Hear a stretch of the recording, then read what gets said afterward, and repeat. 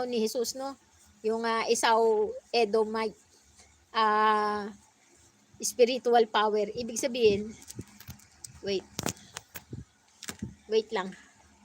So, ibig sabihin, OMG. So, ibig sabihin, inalis ko na yung mic ko.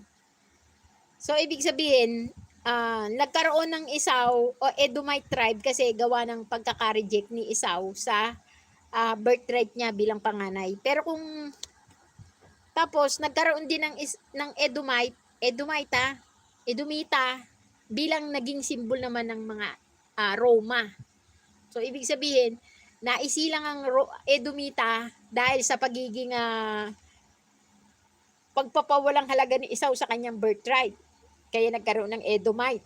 Ngayon naman, itong naging Edomite naman na to, naging code.